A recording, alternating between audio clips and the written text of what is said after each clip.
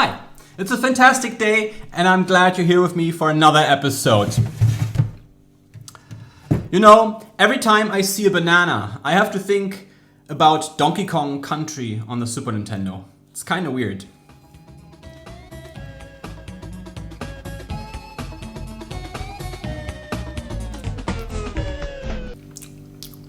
You know what else you can play on a Nintendo console? Shin Megami Tensei IV. Pronouncing this RPG might not be easy, but still, I tried it out and I finished the game, so let's find out if this beloved RPG on the Nintendo 3DS is worth your time. Let's go to the gaming room. Burrows? What do you want to do, Master? Teleporting to gaming room. Activating transport mode.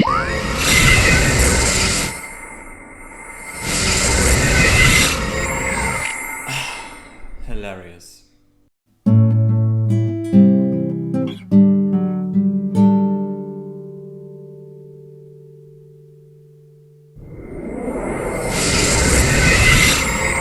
We're here. Thank you, Burrows. This is Burrows, the artificial intelligence which started following me since I finished playing the game. She actually is part of Shin Megami Tensei IV, but more about her later. I'll register that as a new quest on the list. I finished Shin Megami Tensei IV and I already started playing its follow-up, Shin Megami Tensei IV Apocalypse, but I haven't finished that one. I'll register that as a new quest Burrows, on the list. you really don't have to do that. Activating scan mode. Anyways, here are my thoughts on Shin Megami Tensei IV. Is it worth your time? Is it a great RPG? Let's find out. Let me start with the soundtrack. The soundtrack of this game is just amazing. I really loved it. It has so many different kind of genres that are utilizing different kind of tracks and so many varieties here. It really fits well with the theme, the overall theme of the game, and I really enjoy it. Some people out there say it's one of the best video game soundtracks out there, and I don't know, maybe I would agree. After finishing that game, Shin Megami Tensei IV, I was listening to the soundtrack still when I do the dishes or whatever, and when I do chores, and I really enjoy the soundtrack. Again, it's so unique, it has such a variety of different kind of styles, and yeah, it's a really great soundtrack. Next up are the graphics and the art style, which I really love. It's a bit different to Shin Megami Tensei 3 Nocturne, which we already did an episode on, but I really liked the 3D effect on the 3DS. The 3D world really looked awesome. The 3D effect had a lot of depth, and what I liked were all the 2D sprite characters and the 3D backgrounds, and again, because of the 3D effect, when you put that slider up to the max, it really looks awesome. And I love the world. You have different kind of worlds here. You have the Eastern Kingdom of Mikado, which is this, yeah, let's say medieval world, and then you have this underworld, which is Tokyo City, which is so cool. Has that post-apocalyptic feel, and I really enjoyed that. I forgot I have to cook dinner tonight. I'll register that as a new quest on the list. You really don't need to do that. Thank you. The gameplay, like Shin Megami Tensei 3, was so addicting. The battle system was great. Recruiting and fusing the demons was awesome. There were so many demons, I think even more than the third game. Different kind of interesting looking demons, funny demons, and really like scary ones and weird ones and creepy ones. That was so awesome. And yeah, again, addicting gameplay. I really enjoyed it. You have lots of interesting and great characters in this game. You have Walter, Isabeau, and Jonathan. Every one of these characters is representing one path that you can take in the game, which is awesome. And yeah, you have so many cool, interesting characters like the Black Samurai. It's so much mystery in this game. And again, it's addicting. You want to find out what is this all about. And yeah, you want to unfold the story, which is really great. And bin collecting is tomorrow. Did I bring out the waste bin? No. I'll register that as a new quest on the list. And yeah, to summarize this, the world build was awesome, the atmosphere was amazing, I like the post-apocalyptic feel, there's so many twists and turns within the story, I like that you have this above or overworld and the underworld, and that was something that I was really enjoying. There were lots of cool themes going on story-wise, some of them even really dark and disturbing, that was really interesting. And what I also liked was the cover art. I thought it was so cool that it was hand-drawn, or that is hand-drawn, and there's lots of stuff going on the cover, but especially after finishing the game, coming back to it and having a look at it, there's so much stuff to find out, so many things that, yeah, kind of... Andy? kind of teasing what will happen in the game. And yeah, I really like the cover. That's something awesome. Andy, can you do the laundry?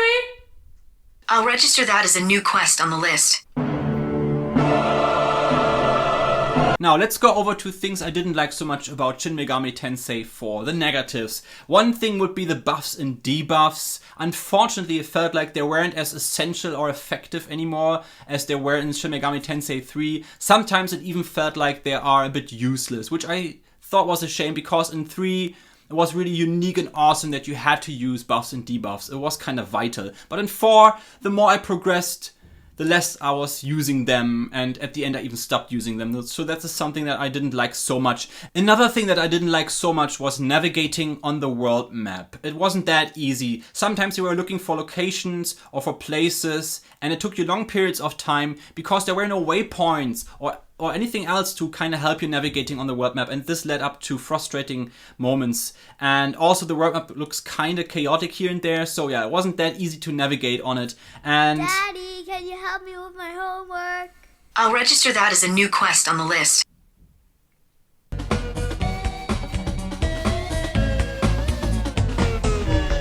another thing that I didn't like so much compared to Shin Megami Tensei 3 were some of the decisions and choices you had to make.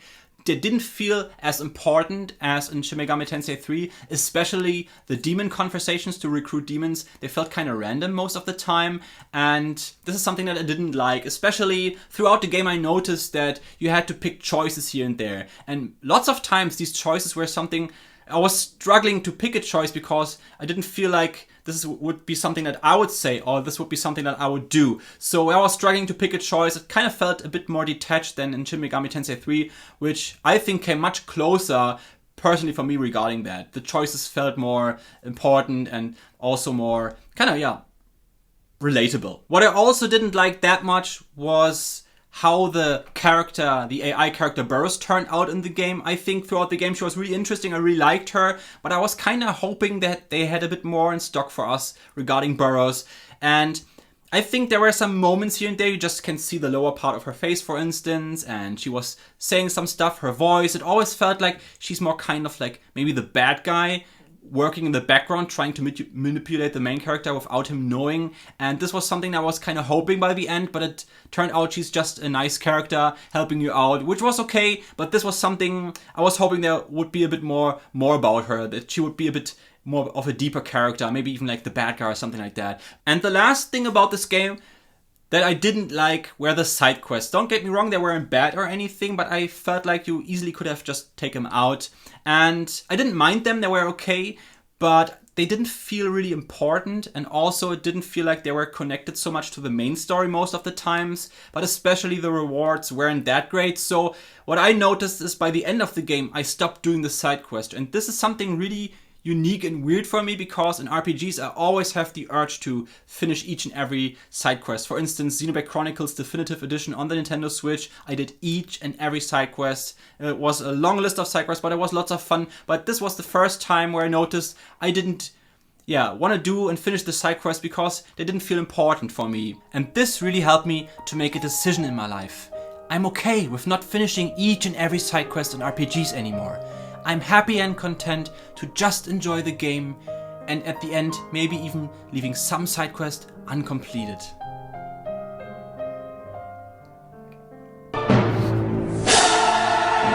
So these are my thoughts on Shin Megami Tensei 4. And now to answer the question, is it worth your time?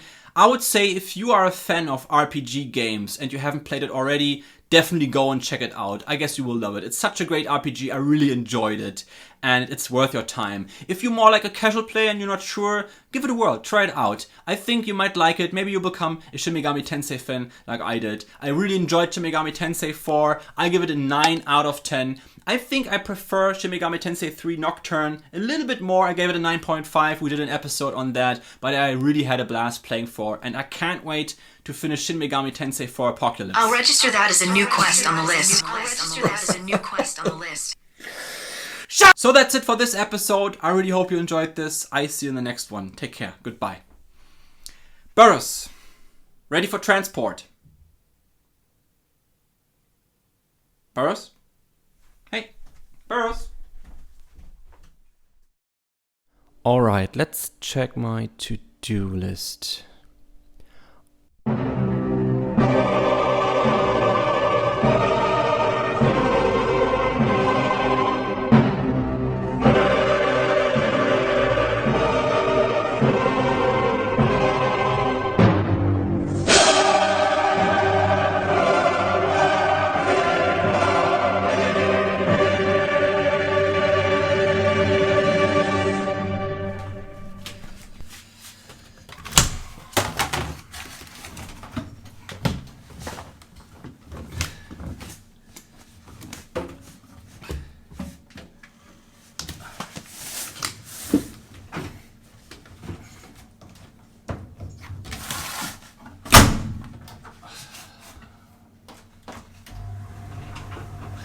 Looks like the quest is going well.